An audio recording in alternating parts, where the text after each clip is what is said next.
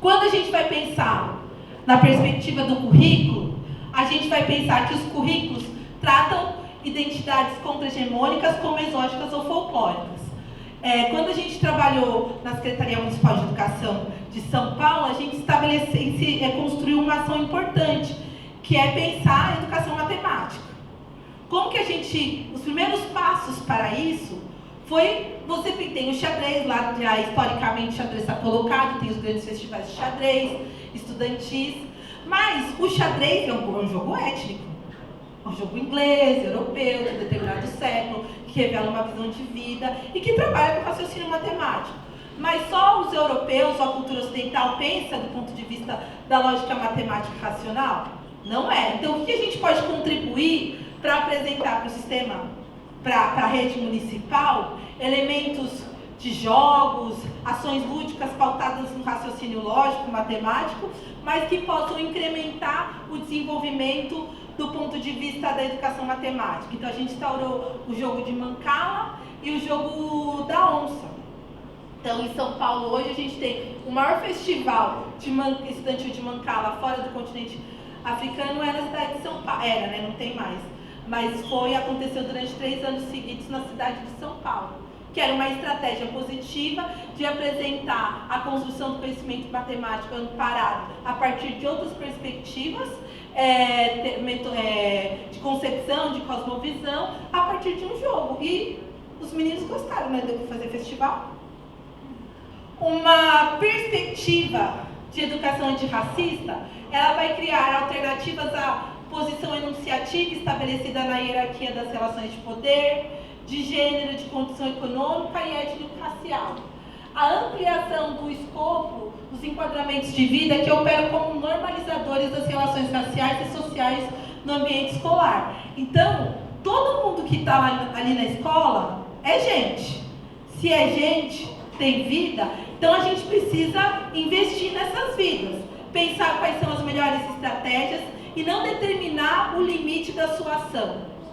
E muito menos entender que tudo bem se ele for trabalhar no... Ele está repetindo tanto que é melhor ele trabalhar mesmo num lava rápido. Até 18 anos, as crianças e os adolescentes não estão na escola, é um direito constitucional garantido.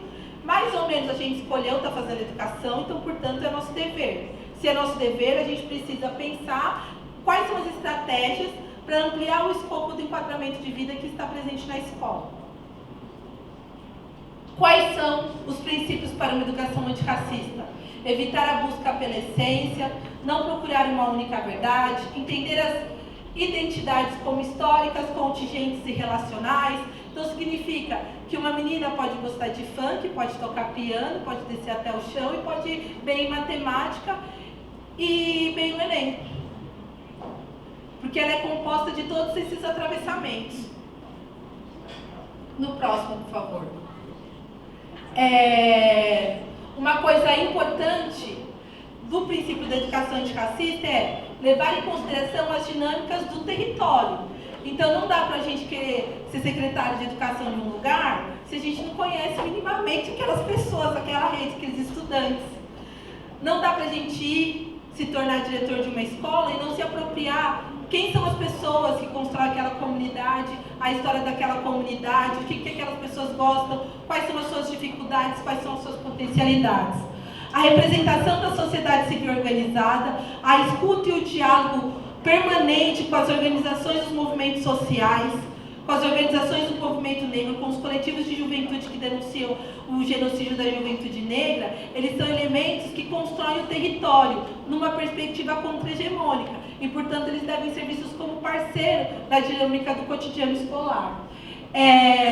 Uma coisa importante é tentar construir relações e relacionamentos numa perspectiva horizontal, ouvir as pessoas, estar aberto a ouvir as pessoas e desconstruir possibilidades que amarram o processo. A representação de instituições do poder público, que é a rede de proteção, é importante a escola fazer parte da rede de proteção na articulação do território e vai começar a compreender quais são as dinâmicas, as necessidades e como muitas vezes é possível encaminhar questões das famílias, dos estudantes, estudantes dentro da rede de proteção. O planejamento de ações coletivas e a disponibilidade para construir coisas novas. Próximo, por favor. Agora tem essas questões assim, do ponto de vista da unidade escolar e do sistema de ensino, são muito importantes, que é o currículo. Existe uma lei que determinou, a obrigatoriedade do ensino de História e Cultura Afro-Brasileira. Quando chega lá no ensino médio, em tese, todo professor ensina logaritmo. Fica lá um bimestre ensinando logaritmo. Então, tem que ficar o tempo necessário para discutir essas questões, que constrói um currículo que traz mais representação para as crianças e para os adolescentes, não apenas para os estudantes negros. É importante para os estudantes negros, mas é importante a gente pensar também que, do ponto de vista do conteúdo, a construção de uma sociedade antirracista passa pelos não negros. Se fortalecerem, terem conhecimento e oferta de possibilidades de vivenciar experiências distintas das hegemônicas que foram colocadas e construir uma sociedade antirracista. Portanto, eu sei que na escola é difícil, o que você planeja no começo do ano, você levar até o final do ano. Mas tem algumas coisas que você não abre mão, que a escola não abre mão, que o professor não abre mão. Dentre as questões que você não pode abrir mão, estão vinculadas ao currículo e aos direitos de aprendizagens vinculados à Lei 10.639. Uma coisa fundamental, que é estrutural, é o acompanhamento do fluxo escolar, do fluxo dos estudantes, tanto pelos sistemas de ensino, quanto pelas unidades escolares. O que é o fluxo? Você ter lá, cada rede tem as suas estratégias e tem o censo escolar, que eu acho que o ano que vem vai mudar, a gente vai poder ter os dados melhores. Mas você saber quem são os alunos que estão reprovando a partir do perfil de gênero e perfil de raça. Porque se você perceber quem são, se tem uma tendência ali de quem reprova são meninos negros, então o racismo está operando fortemente na sua unidade escolar. Isso, você tendo essa informação, você vai poder se reposicionar. A introdução no sistemática da perspectiva ERE nos processos de alfabetização. Os processos de alfabetização, eles são super fragmentados hoje no Brasil, e mesmo com a nova política, eles caminham num horizonte único. A gente sabe que os processos de alfabetização, eles têm questões específicas vinculadas ao universo da criança. Se ela participou de muitos processos de letramento, quando ela chegar na escola vai ser mais fácil. Agora, se ela não participou, que é o caso de boa parte das crianças brasileiras, a gente vai alfabetizar em 2 anos. E o referente para a alfabetização precisa estar no cotidiano dela. Então, se eu moro numa cidade que a gente tem bastante banana, talvez escrever banana seja importante, mas manjericão talvez nem tanto. E isso é um referente importante para a gente pensar os processos de alfabetização, levando em consideração a etnomatemática, a etnociência, que constroem conhecimentos importantes e habilidades fundamentais nos processos de escolarização. Uma questão fundamental são os processos avaliativos, levando em consideração gênero e raça. Existem pesquisas, desde o final dos anos 90, que identificam que há padrões de avaliação provinha, a maneira como os alunos são avaliados dentro das unidades escolares, são reportados por gênero e raça. Se você vê que no fluxo, quem está reprovando, é importante você pensar também, já vou terminar, tá? É importante você avaliar também como se dão esses processos avaliativos. E esse debate sobre processos avaliativos de gênero e raça, ele, via de regra, está excluído dentro das redes de ensino, ele não existe. É importante a introdução desses debates. Tem uma fortuna de bibliografia bastante relevante sobre a temática. Uma outra questão importante, no Brasil a gente pensa política para entrada, a gente pensa política para saída, mas a gente não pensa política para o meio, né? Não existe uma política, nunca foi pensada uma política sistemática para o ensino fundamental, sobretudo os anos finais, que é um momento crítico da trajetória escolar. A gente não pensa como os adolescentes se desenvolvem, a gente não discute, e como as desigualdades e as violações de direitos constroem esse processo também. Então, as redes de ensino passarem a pensar a figura do adolescente, a centralidade de pensar o adolescente e as desigualdades é fundamental para a gente conseguir dar um salto mais relevante. Aqui são algumas experiências que a gente construiu na cidade de São Paulo. Aqui foi uma forma, a gente construiu o Agosto Indígena, que era uma mostra cultural em agosto, que a gente construía junto com as comunidades indígenas. Eles iam nas unidades, nos céus, ofertavam oficinas para as crianças e também formação para os professores. Essa formação em especial, a gente tem 3 grupos indígenas e tem os Pancararu, que são um grupo que mora numa favela lá em Paraisópolis. Eles têm um conjunto habitacional só para eles, e eles eram alunos de uma escola e eles foram dar o curso para os professores dessa escola, para pensar a educação escolar, a educação das relações étnico-raciais. Aqui a gente tem articulação territorial a partir das demandas da comunidade, dos movimentos. Em particular, nesse ano tinha acontecido algumas tragédias vinculadas às trajetórias dos meninos negros na comunidade, e aí a gente passou a realizar, acho que foram 3 edições que isso aconteceu, aí mudou o governo, não tem mais, sobre o combate, na época, ao extermínio da juventude negra. Acho que é isso, tá bom? Obrigada.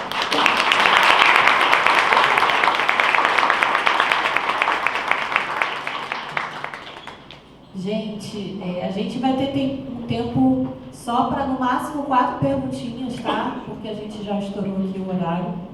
Então, quero saber se alguém se habilita, quer fazer alguma pergunta para a mesa, para a gente poder se encaminhar para o encerramento do seminário. 2 minutos. 2 minutos. Contagem regressiva. Ninguém? Oi, eu.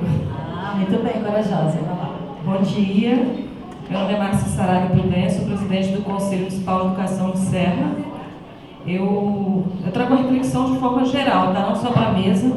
Inicialmente, quero dar parabéns para o projeto que foi desenvolvido em Serra, não somente em Serra, mas a nível de Brasil. Aos envolvidos, meus parabéns. Mas eu preciso de fazer alguns comentários, né? Muito se falou em conselhos de direito, mas eu quero lembrar dos conselhos de políticas, dos conselhos de acompanhamento, né, que a educação tem, e esses conselhos ficaram de fora. Eu conheci o projeto porque me procuraram, eu indiquei esse espaço aqui inicialmente, né, fiz sem ter uma noção, né, Thalita? Mas o Conselho Municipal de Educação ficou de fora. E aí, qual é o papel do Conselho? Só lembrando um pouquinho, né? Serra é um sistema, é a maior rede do Estado do Espírito Santo. Quando o sistema, ela baixa suas próprias normativas, né? Nós somos autônomos, nós não estamos na dependência na aba do governo do Estado, nós construímos as nossas políticas públicas em educação. É papel do Conselho Municipal de Educação.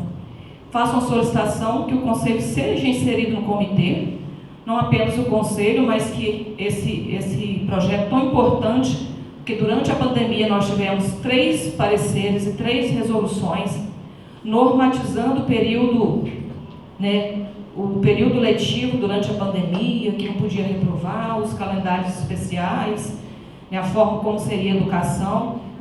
Então o Conselho de Serra fez isso e fizemos alguns indicativos pós-pandêmicos durante a pandemia, e a busca ativa está em uma das resoluções do Conselho Municipal de Educação de Serra. Então, essa é muito importante, mas que seja uma política, porque é uma política construída por várias cabeças. Então, a Fundação Vai, que eu sei que está na frente disso, que para onde for, nos municípios que forem ampliar, nos estados que forem ampliar, que tragam os conselhos municipais de educação para essa discussão, para pensarmos juntos que educação que nós queremos. E nos conselhos nós temos as diversas representações, como foi muito bem colocado aqui, e que essas representações possam colaborar. Então eu trago essa reflexão. E uma outra também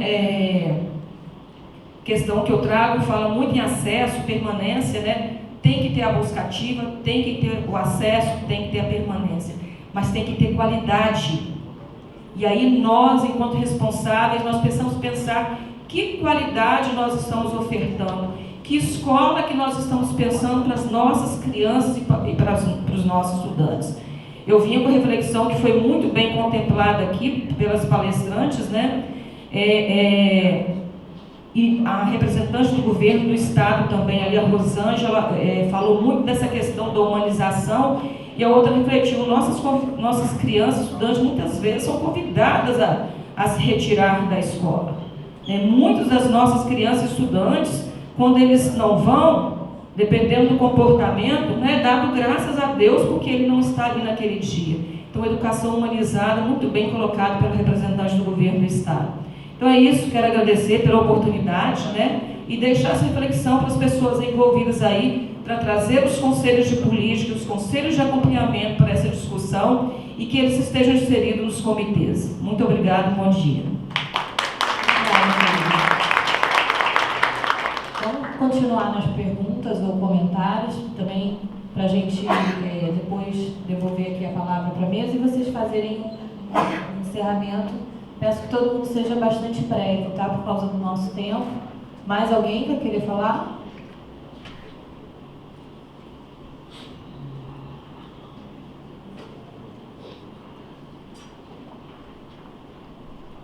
Ninguém, pessoal? Então, eu não vou ficar esperando, não. Podemos, então, seguir aqui para a mesa.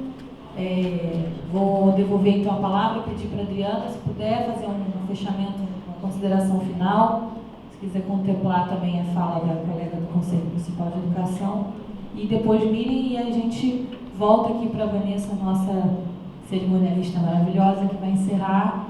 E aproveito também, que eu vou agora deixar de falar, para agradecer a presença da GHT, que foi um dos investidores aqui do projeto também, e estão aqui até agora conosco. Muito obrigada pela presença. Bom, eu vou falar uma última coisa que não deu tempo de falar na minha primeira apresentação. Tem um elemento central no processo de produção de equidade na unidade escolar e que está muito atrelado ao desenvolvimento cognitivo, que diz respeito à maneira como a gente organiza as turmas. Eu acho que é um desafio para os gestores discutir isso, porque fazer um enfrentamento com um imaginário histórico que organiza as turmas dos melhores para os piores, mas a gente já tem evidências científicas estabelecidas dizendo que a diversidade cognitiva é mais produtiva no ambiente de aprendizado. Então, essa ideia de organizar as crianças dos melhores, as turmas dos melhores, as turmas dos piores, ela vai na contramão do que as evidências científicas estão sendo colocadas. Não é um ambiente de iguais, não é produtivo para valorização, ampliação do desenvolvimento cognitivo.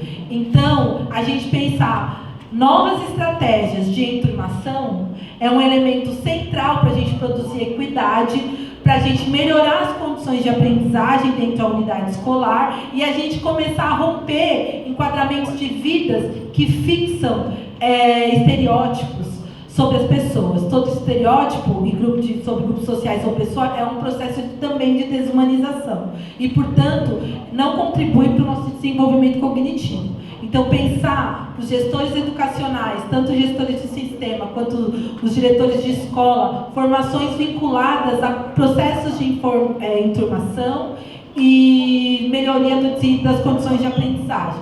E é um elemento central para a produção de equidade no ambiente escolar.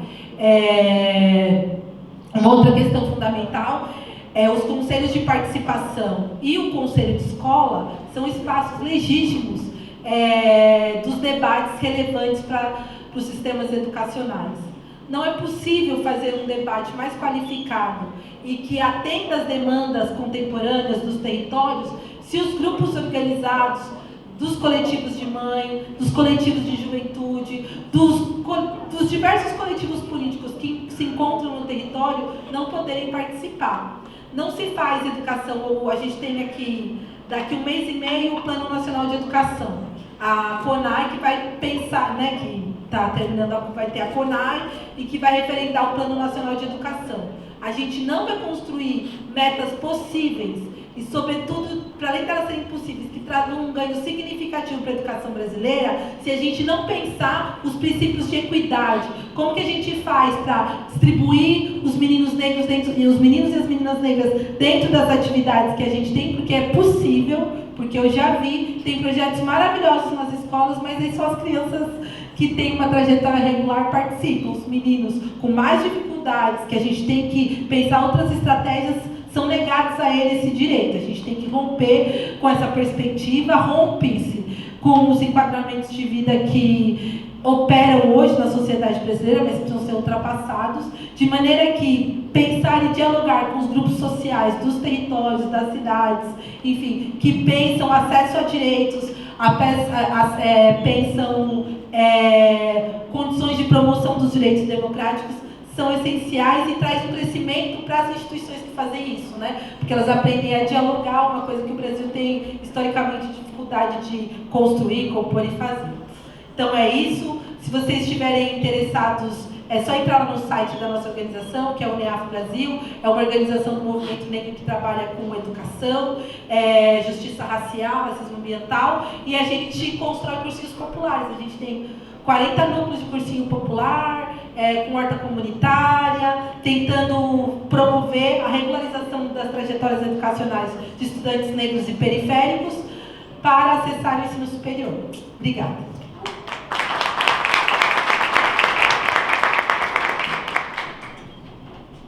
Eu queria destacar, só reforçar a importância dos conselhos de direitos, com certeza, na construção dos desenhos das políticas, porque eles são os órgãos que formulam as políticas, que induzem o poder executivo, né, provocam o poder executivo na implementação, isso tanto federal, estadual, municipal.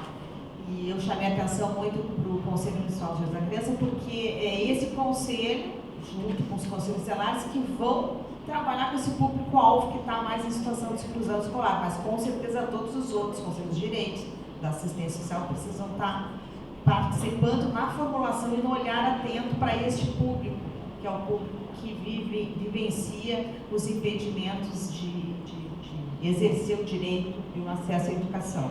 Eu queria destacar um ponto que eu não consegui trazer aqui, que é que o Territórios em Rede, entendendo a concepção de rede, para além da rede de serviços via políticas públicas, as redes que o TR acionou em nível formal, informal, no âmbito comunitário, as redes territoriais, né? Então, essa capacidade de chegar no senhor do comércio, colocar o cartaz, perguntar, tem uma criança fora da escola, em que houve uma incidência política no território de sensibilização para a agenda.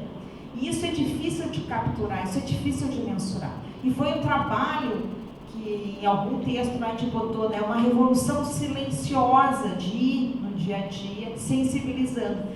Alguns territórios começam, então, a se transformar, e tem experiências no Brasil acontecendo, né, eu acho que eu aprendi isso, em territórios educativos, onde o tema da educação está para além do lugar da escola, né? Então, o território se preocupar, se engajar, se comprometer em criar espaços educativos, pensando em atividades de contraturno, para além da ideia de ter atividades dentro da escola. Então, assim, a concepção de educação integral não é simplesmente ampliar o número de horas dessa criança dentro de uma escola que muitas vezes é hostil, tem uma arquitetura nada atrativa, muito pesada, e dá para ser ofertado um conjunto de ações, atividades na área de cultura, lazer, na parte de história, resgate das raízes daquele território, trazendo um pouco o que a colega trouxe antes, né? Então tem muita coisa que o território pode nos ofertar, os territórios de serra,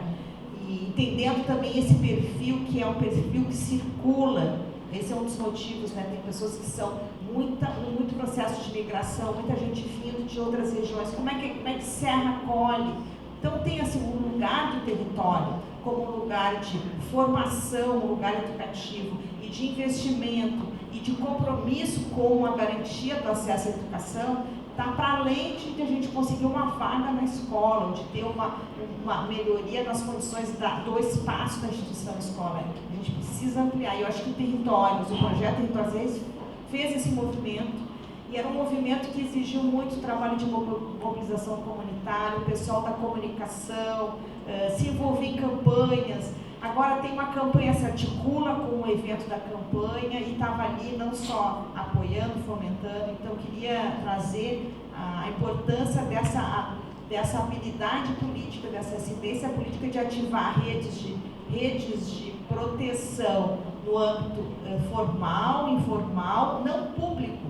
Então, as redes religiosas, os centros, as lideranças comunitárias, as outras ONGs, movimentos sociais, tudo isso são fontes, né, de participação, contribuição, que são fundamentais para pensar o desenvolvimento de uma educação integral das nossas crianças. Sem esses né, recursos e potências que pulsam nos territórios, a gente não consegue avançar, porque a escola, como a colega falou, não dá conta. Até porque a educação não é simplesmente oferta de ensino, tem toda uma concepção. E eu acho que o Territórios deixa aí algumas sementes, né, de aprendizado, sem pretensão nenhuma de servir como uma referência única, absoluta, mas é mais uma das experiências, é mais um dos aprendizados. Então, queria mais uma vez parabenizar e agradecer aos colegas que estiveram na organização do evento, aqueles que estão aqui fazendo a tradução, né, toda manhã, os que estão no som, agradecer toda a produção e toda a equipe que está nos bastidores para garantir que o evento tivesse não só a participação, mas a excelência aqui desse espaço. Obrigada pela possibilidade de participar com vocês desse momento. Mais uma vez agradeço. Muito obrigada, Miriam e Adriana, peço que venham nos seus lugares, por gentileza. Agradecer também a participação da plateia, as perguntas e contribuições. E chegamos ao fim da nossa programação. Em nome da Fundação Vale e seus parceiros, agradecemos a todos e todas que estiveram presentes nessa manhã de troca e aprendizado. Aproveitamos para pedir a atenção de vocês com relação à avaliação desse evento. É só apontar a câmera do celular para o QR Code que vai aparecer aqui na tela. E fiquem atentos, em breve a publicação Educação é um Direito, a experiência do projeto Territórios em Redes em Serra será enviada a todos os participantes do evento por e-mail, além de ser disponibilizada no site do projeto Territórios em Rede. E dentro do kit de vocês receberam na entrada, lá embaixo, há um folder com resultados finais do projeto, além de 2 QR Codes para acesso a 2 publicações produzidas pelo projeto, um guia de serviços de Serra para apoiar a população a acessar os seus direitos e a outra com a sistematização do projeto que será disponibilizada a partir do dia 13 de dezembro.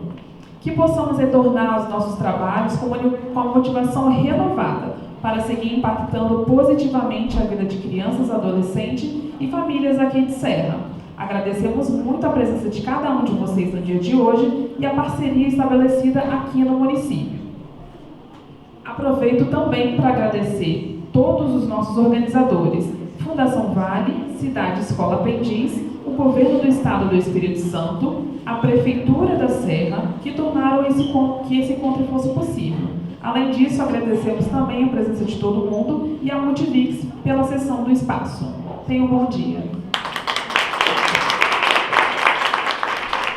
O certificado. Não esqueçam de pegar lá embaixo onde vocês fizeram o credenciamento.